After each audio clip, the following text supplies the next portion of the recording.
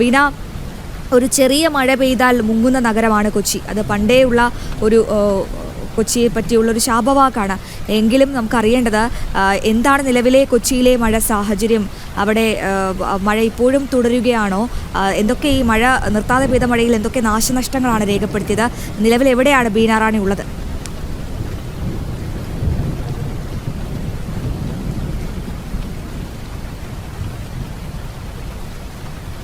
അതേസമയം കൊച്ചിയെ സംബന്ധിച്ചിടത്തോളം വെള്ളക്കെട്ടിന്റെ ഒരു സാഹചര്യമാണ്. അതുകൊണ്ട് തന്നെ ഈ കാന കോരുന്നതടക്കമുള്ള നടപടികൾ ഈ മഴക്കാലം തുടങ്ങിയതിനു ശേഷമാണ് ആയിരിക്കുന്നതിരിക്കെ പല സ്ഥലങ്ങളിലും വെള്ളക്കെട്ട് രൂപക്കൊണ്ടിട്ടുണ്ട്. എന്നാൽ അതിശക്തമായ ഒരു വെള്ളക്കെട്ടിലേക്ക് നീങ്ങിയിട്ടില്ല. മഴ ഇപ്പോൾ അല്പം ശമിച്ച സാഹചര്യത്തിലാണ്. എന്നാൽ ജില്ലയുടെ മലയോര പ്രദേശങ്ങളിൽ വലിയ തോതിൽ നാശനഷ്ടങ്ങൾ ഉണ്ടായിട്ടുണ്ട്. രാത്രിയിലുണ്ടായ ശക്തമായ മഴയിൽ കോതമംഗലത്ത് പൂയംകുട്ടി പുഴ കര കവിഞ്ഞു. ഒപ്പം തന്നെ മണികണ്ഠൻചാൽ ചപ്പാത്ത്, ഉരുളംതണ്ണി തുടങ്ങിയ സ്ഥലങ്ങളിലെല്ലാം തന്നെ വലിയ തോതിൽ വെള്ളം ഉയർന്നുകൊണ്ടിരിക്കുന്ന ഒരു സാഹചര്യമാണ്. മഴ നിലയ്ക്കാതെ തുടരുന്നുമുണ്ട്. കുട്ടമ്പുഴ പഞ്ചായത്തിലെ മണികണ്ഠൻചാൽ ചപ്പാത്ത് ഏതാണ്ട് വെള്ളത്തിനടിയിലായി പൂർണ്ണമായും. അതുപോലെ പല സ്ഥലങ്ങളിലും വെള്ളം കയറിക്കൊണ്ടിരിക്കുകയാണ്. ജങ്കാ സർവീസ് അടക്കം ഈ കോതമംഗലത്ത് ഈ ബ്ലാവനയിൽ അസാധ്യമായതോടെ നിരവധി ആദിവാസി മേഖലകൾ ഒറ്റപ്പെട്ട ഒരു സാഹചര്യമുണ്ട്. വെള്ളം ഇങ്ങനെ ഉയരുന്നതിനാൽ ജങ്കാർ സർവീസ് നടത്താൻ നിർവാഹമില്ലാത്ത അവസ്ഥയിലാണ്. അതുപോലെ തന്നെ പല വീടുകളുടെ മുറ്റത്ത് വരെ വെള്ളം കയറിയിട്ടുണ്ട്. അതിൽ പലരും ഇപ്പോൾ പറയുന്നത് കഴിഞ്ഞ തവണ വെള്ളപ്പൊക്ക കാലത്ത് പോലും ഇത്തരത്തിൽ വീടുകളുടെ മുറ്റത്ത് വരെ വെള്ളം വരുന്ന ഒരു സാഹചര്യം ഉണ്ടായിട്ടില്ല.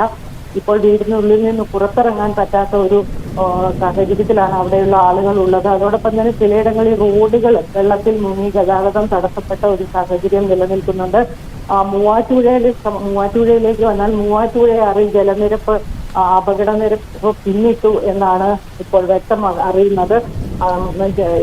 അതായത് വാർണിംഗ് ലെവൽ ക്രോസ് ചെയ്തിട്ടുണ്ട്. മൂവാറ്റുപുഴ നഗരത്തിലെ പല ജനവാസ പ്രദേശങ്ങളിലും വെള്ളം കയറിയിട്ടുണ്ട്. നഗരത്തിലെ താഴ്ന്ന പ്രദേശങ്ങളിൽ ആറോളം വീടുകളിൽ വെള്ളം കയറിയിട്ട് വലിയ വീട്ടിൽ നിന്നും പുറത്തിറങ്ങാൻ പറ്റാത്ത ഒരു സാഹചര്യത്തിലാണ് നിലവിലുള്ളത്. ഈ പ്രധാനമായും കഴിഞ്ഞ ദിവസം രാത്രി പെയ്ത ശക്തമായ മഴയൊപ്പം തന്നെ ഇടുക്കി ജില്ലയിൽ മഴ കൂടുതലായി വന്നതിന് മൂലവുമാണ് മൂവാറ്റുപുഴയാറിൽ ഇത്തരത്തിൽ ജലനിരപ്പ് ഉയരുന്നതിന് കാരണമായത്. ആളുകളുടെ സാധനങ്ങളെല്ലാം മാറ്റാനും മറ്റും നിർദ്ദേശം നൽകിയിട്ടുണ്ട്.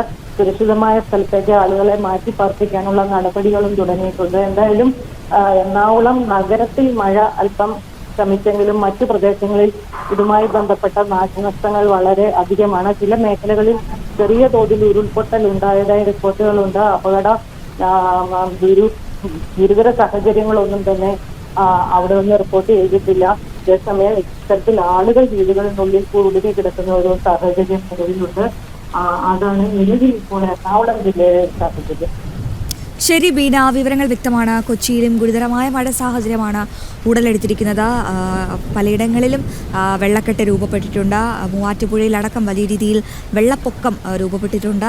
പലയിടത്തും മണ്ണിടിച്ചിൽ സാധ്യതയുണ്ട്, ഉരുൾപൊട്ടൽ സാധ്യതയുണ്ടെന്നുള്ള ഏറ്റവും പ്രധാനപ്പെട്ട വിവരമാണ് കൊച്ചിയിൽ നിന്നും ഞങ്ങളുടെ പ്രതിനിധി ബീന റാണി പങ്കുവയ്ക്കുന്നതിന്. നമുക്ക് നേരെ കോഴിക്കോട് പോകാം. കോഴിക്കോട് നിന്നും ഇപ്പോൾ രമ്യാദാസ് ചേരുകയാണ്. രമ്യ, കോഴിക്കോട് മഴ സാഹചര്യം എങ്ങനെയാണ് ഇപ്പോൾ തുടരുന്നത്? കാരണം പലയിടങ്ങളിലും പല പുഴകളിലും ജലനിരപ്പ് ഉയർന്ന മലവെള്ളപ്പാച്ചിലടക്കം ഉണ്ടായി. പ്രത്യേകിച്ച് കോഴിക്കോട് കൂടരഞ്ഞി ഉറുമിപ്പുഴയിൽ മലവെള്ളപ്പാച്ചിലൊക്കെ ഉണ്ടായപ്പോൾ അതിൻ്റെ തീരദേശത്ത് താമസിക്കുന്നവരെയൊക്കെ മാറ്റി പാർപ്പിച്ചോ?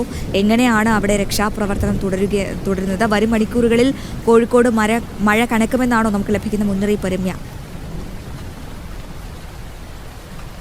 അശ്വതി, വരും മണിക്കൂറുകളിൽ കോഴിക്കോട് ഉൾപ്പെടെ മഴ കനക്കുമെന്നുള്ള തന്നെയാണ് നമുക്ക് ലഭിക്കുന്ന മുന്നറിയിപ്പ്. ഇന്നലെ രാത്രി മുതലാണ് അതിശക്തമായ മഴ കോഴിക്കോട് ഉൾപ്പെടെ വടക്കൻ മേഖലകളിൽ മഴ ശക്തമായത്. ഈ മഴയ്ക്കൊപ്പം, അതിശക്തമായ മഴയ്ക്കൊപ്പം ശക്തമായ കാറ്റുമുണ്ട്. അത് തന്നെയാണ് വലിയ രീതിയിൽ ആളുകളെല്ലാം ആശങ്കയിലാക്കുന്നത്. കാരണം കോഴിക്കോട് എടുത്തു നോക്കുകയാണെങ്കിൽ വെള്ളക്കെട്ടാണ് ഏറ്റവും പ്രധാനപ്പെട്ട കാര്യം. കോഴിക്കോട് നഗരപ്രദേശത്തും അതുപോലെ തന്നെ മറ്റു ഭാഗങ്ങളിലേക്ക് മലയോര മേഖല അല്ലെങ്കിൽ ഉള്ളിലോട്ടൊക്കെ എടുത്തു നോക്കുമ്പോൾ പല മേഖലകളിലും വലിയ തോതിലുള്ള വെള്ളക്കെട്ട് രൂപപ്പെട്ടിട്ടുണ്ട്. അതുതന്നെയാണ് ഏറ്റവും പ്രധാനപ്പെട്ടവും ആശങ്കയുയർത്തുമായ കാര്യം. ഈ ഈങ്ങാപ്പുഴയ്ക്ക് സമീപം പയോട അങ്ങാടിയിൽ ഈ കനത്ത മഴയിൽ വെള്ളം കയറിയിട്ടുണ്ട്. ഇവിടെ ഗതാഗതമെല്ലാം തടസ്സപ്പെട്ടിട്ടുണ്ട്. അതുപോലെ തന്നെയാണ് ഈ താമരശ്ശേരി ഈങ്ങാപ്പുഴ വഴിയുള്ള വയനാട്ടിലേക്കുള്ള യാത്രയും ഒഴിവാക്കണമെന്നാണ് ട്രാഫിക് പോലീസ് മുന്നറിയിപ്പ് നൽകിയിട്ടുള്ളത്. കാരണം നമുക്കറിയാം ചെറിയ മഴയിൽ തന്നെ വലിയ രീതിയിലുള്ള മണ്ണിടിച്ചിലൊക്കെ താമരശ്ശേരി ചുരം ഉൾപ്പെടെയുള്ള മേഖലകളിലൊക്കെ ഉണ്ടാവാറുണ്ട്. അപ്പോൾ അതിനാൽ തന്നെയാണ് ഇത്തരത്തിലൊരു ജാഗ്രതാ നിർദ്ദേശം ആ മേഖലയിലെല്ലാം നൽകിയിട്ടുള്ളത്. അതായത് അത്യാവശ്യ വാഹനങ്ങൾ, ചെറുവാഹനങ്ങൾ മാത്രമാണ് ഇപ്പോൾ അതുവഴിയൊക്കെ കടത്തിവിടുന്നുള്ളൂ. ലക്കടി അടിവാരത്തുമെല്ലാം വാഹനങ്ങൾ തടയുന്നൊരു സ്ഥിതിവിശേഷമെല്ലാം ഉണ്ട്.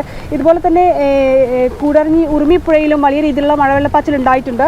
ചാലിയാറ്, ഇരുവഴിഞ്ഞിപ്പുഴ, ചെറുപുഴ തുടങ്ങിയ എല്ലാ നദികളിലും വലിയ രീതിയിലുള്ള ക്രമാതീതമായി ജലനിരപ്പ് ഉയർന്നിട്ടുണ്ട്. അതിനാൽ തന്നെ ഈ തീരദേശത്ത് വസിക്കുന്ന ആളുകളോടൊക്കെ, ഈ പുഴയുടെയൊക്കെ തീരങ്ങളിലുള്ള ആളുകളോട് ജാഗ്രതാ നിർദ്ദേശമാണ് നിലവിൽ ഇപ്പോൾ നൽകിയിട്ടുള്ളത്. ആരെയും മാറ്റിപ്പാർപ്പിക്കുന്നൊരു സ്ഥിതിയിലേക്ക് പോയിട്ടില്ല. അത്തരത്തിൽ ഏറെ ആശ്വാസകരമെന്ന് പറയുന്നത് ഈ കനത്ത പെയ്ത മഴയിലും അനിഷ്ട സംഭവങ്ങളൊന്നും തന്നെ ഇതുവരെ റിപ്പോർട്ട് ചെയ്തിട്ടില്ല എന്നത് ഏറെ ആശ്വാസകരമാണ്. പക്ഷേ വെള്ളക്കെട്ട് തന്നെയാണ് ഏറ്റവും പ്രധാനമായ പ്രശ്നമായി നിലനിൽക്കുന്നത്. ഈ ചാലിയാറും അതുപോലെ തന്നെ ഇരുവഴിഞ്ഞിപ്പുഴയൊക്കെ ഇത്തരത്തിൽ വലിയ രീതിയിലുള്ള ജലനിരപ്പ് ഉയർന്നതോടുകൂടി കൊടിയത്തൂർ, ചാത്തമംഗലം, മാവൂർ, പെരുവായിൽ തുടങ്ങിയ മേഖലകളിലെല്ലാം തന്നെ വലിയ രീതിയിലുള്ള വെള്ളക്കെട്ടുണ്ട്. ഈ മേഖലയിലെ ആളുകളോട് ജാഗ്രതാ നിർദ്ദേശം ജില്ലാ പഞ്ചായത്തും അതുപോലെ തന്നെ അതത് തദ്ദേശ സ്വയംഭരണ സ്ഥാപനങ്ങളെല്ലാം നിർദ്ദേശം നൽകിയിട്ടുണ്ട്. കൃത്യമായി തന്നെ ജാഗ്രതയോടുകൂടി ഇരിക്കാൻ തന്നെയാണ് ജനങ്ങളോട് മുന്നറിയിപ്പ് നൽകിയിട്ടുള്ളത്. അതുപോലെ തന്നെ ഊർക്കടവ് റെഗുലേറ്റർ ബ്രിഡ്ജിന്റെ 16 ഷട്ടറുകളും പൂർണ്ണമായും ഉയർത്തിയിട്ടുണ്ട്. രമ്യ, ഒന്ന് തുടരുക. ഇപ്പോൾ കോട്ടയം ഈരാറ്റുപേട്ട പയ്യാനിത്തോട്ടത്തിലെ ഉരുൾപൊട്ടലിൽ വീട് തകർന്ന് കാണാതായ വീട്ടമ്മയുടെ മൃതദേഹം കണ്ടെടുത്തു. റെജീനയുടെ മൃതദേഹമാണ് കണ്ടെടുത്തത്. റെജീനയുടെ മകൻ ജോസഫിൻ്റെ മൃതദേഹവും കണ്ടെടുത്തിരുന്നു. ഇതോടുകൂടി സംസ്ഥാനത്ത് മഴ സാഹചര്യത്തിലുണ്ടായ മരണങ്ങളുടെ എണ്ണം കൂടുകയാണ്. 4 പേരുടെ ജീവനാണ് ഈ കാലവർഷക്കെടുതിയിൽ പൊലിഞ്ഞത്. കോട്ടയം ഈരാറ്റുപേട്ട പയ്യാനിത്തോട്ടത്തിലെ ഉരുൾപൊട്ടലിൽ വീട് തകർന്ന് കാണാതായ വീട്ടമ്മയുടെ മൃതദേഹമാണ് കണ്ടെടുത്തത്. വളരെ ദുഃഖകരമായ ഒരു സാഹചര്യമാണ് ഇപ്പോൾ കോട്ടയത്തോട് നടത്തിയിരിക്കുന്നത്. റെജീനയുടെ മൃതദേഹമാണ് കണ്ടെടുത്തത്. ഒരു കുടുംബത്തിലെ 2 പേർ, ആലോചിച്ച് നോക്കൂ. റെജീനയുടെ മകൻ ജോസഫിൻ്റെ മൃതദേഹവും നേരത്തെ കണ്ടെടുത്തിരുന്നു. വീണ്ടും രക്ഷാപ്രവർത്തനം പുരോഗമിക്കുകയാണ്.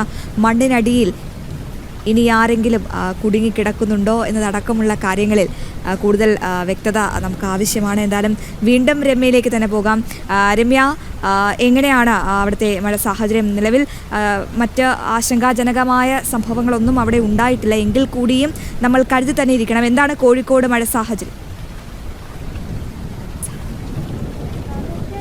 ആശങ്ക ഉണ്ടാക്കുന്ന രീതിയിലുള്ള നാശനഷ്ടങ്ങളോ അല്ലെങ്കിൽ മറ്റ് അനിഷ്ട സംഭവങ്ങളോ ഇതുവരെ ആയിട്ടും റിപ്പോർട്ട് ചെയ്തിട്ടില്ല എന്നുള്ളത് ഏറെ ആശ്വാസകരം തന്നെയാണ്. പക്ഷേ ജാഗ്രത കൈവിടരുതെന്ന് തന്നെയാണ് ജില്ലാ പഞ്ചായത്തും അതുപോലെ തന്നെ മറ്റ് അധികൃതരും ജനങ്ങളോട് പറയുന്നത്. കാരണം വെള്ളക്കെട്ടാണ് ഏറ്റവും പ്രധാനമായിട്ട് നഗരത്തിലുൾപ്പെടെ, കോഴിക്കോട് നഗരത്തിലും മറ്റു മേഖലകളിലേക്ക് എടുത്ത് നോക്കുമ്പോൾ പ്രധാനമായിട്ടും വെള്ളക്കെട്ടാണ്. കാരണം പുഴകളെല്ലാം തന്നെ കരകവിഞ്ഞിട്ടുണ്ട്. പല മേഖലകളിലും തീരദേശത്ത് വസിക്കുന്നവരോടൊക്കെ തന്നെ ജാഗ്രതാ നിർദ്ദേശം നൽകിയിട്ടുണ്ട്. ഇത്തരത്തിൽ മഴ വരും മണിക്കൂറുകൾ കണക്കുകയാണെങ്കിൽ കൂടുതൽ ആളുകളെ മാറ്റിപ്പാർപ്പിക്കേണ്ട ഒരു സ്ഥിതിവിശേഷം എല്ലാം ഉണ്ടാകും. കാരണം വിലങ്ങാട് ഉൾപ്പെടെയുള്ള മേഖലകൾ നമുക്കറിയാം. ഇപ്പോൾ വയനാടിൻ്റെ അടുത്ത് നോക്കുകയാണെങ്കിൽ ഉരുൾപൊട്ടൽ ഭീഷണിയുള്ള നിലനിൽക്കുന്ന പ്രദേശങ്ങൾ പലതുമുണ്ട്. അപ്പോൾ ഇത്തരത്തിൽ മഴ അതിശക്തമാകുകയാണെങ്കിൽ ദയവായി ഒന്ന് ക്ഷമിക്കണം, ഞാൻ ഇപ്പോൾ തന്നെ മടങ്ങിയെത്താം. നമുക്കൊരു ഇടവേള എടുക്കണം രമ്യ. അതിനുശേഷം നമുക്ക് കോഴിക്കോടേക്ക് തന്നെ മടങ്ങിയെത്തണം. കാരണം വിലങ്ങാട് ഉരുൾപൊട്ടലടക്കം ബാധിച്ചൊരു പ്രദേശമാണ്. അപ്പോൾ കോഴിക്കോട് ഒന്ന് മഴ പെയ്താൽ നെഞ്ചിടിപ്പേറും. കാരണം എപ്പോൾ വേണമെങ്കിലും എന്ത് വേണമെങ്കിലും സംഭവിക്കാം.